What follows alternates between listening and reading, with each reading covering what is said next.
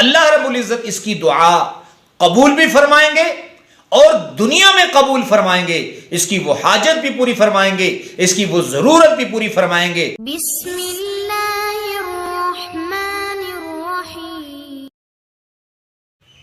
اللہم صلی علی محمد وعلی آلہ وبارک وسلم۔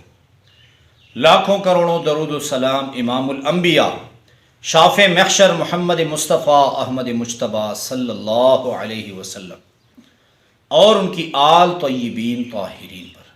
تو میرے بھائیوں اور میری بہنوں، جتنی بھی وظائف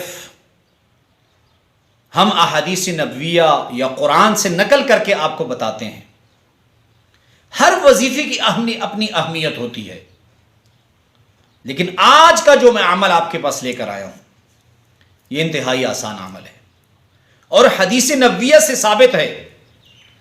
اور اس وظیفے کے متعلق حدیث نبویہ میں آتا ہے، مفہوم آقا نبی کریم صلی اللہ علیہ وسلم کی حدیث کا یہ ہے کہ یہ عمل کرنے کے بعد اس شخص کی دعا دنیا میں اللہ رب العزت قبول فرمائیں گے۔ انتہائی آسان سا وظیفہ ہے، لیکن شرط یہ ہے کہ اسی طریقے سے پڑھا جائے جس طریقے سے آقا نبی کریم صلی اللہ علیہ وسلم نے بتایا ہے۔ اور وہ وظیفہ کیا ہے؟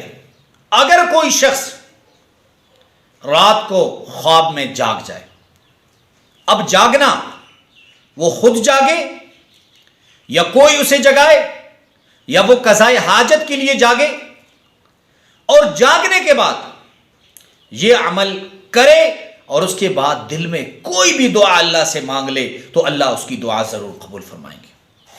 وہ انتہائی آسان سا عمل ہے۔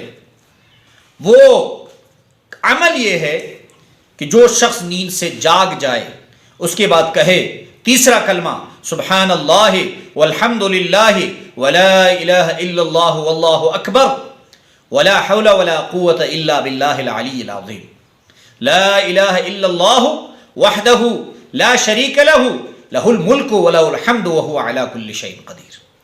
یہ دعا پڑھ لے، اللہ رب العزت اس کی دعا قبول بھی فرمائیں گے اور دنیا میں قبول فرمائیں گے، اس کی وہ حاجت بھی پوری فرمائیں گے، اس کی وہ ضرورت بھی پوری فرمائیں گے۔ اگر وہ دعا رشتے کے لیے ہے اللہ اسے قبول فرمائیں گے، وہ آپ کی جاب کے لیے ہے اللہ اسے قبول فرمائیں گے، وہ آپ کے گھر کے لیے ہے اللہ اسے قبول فرمائیں گے۔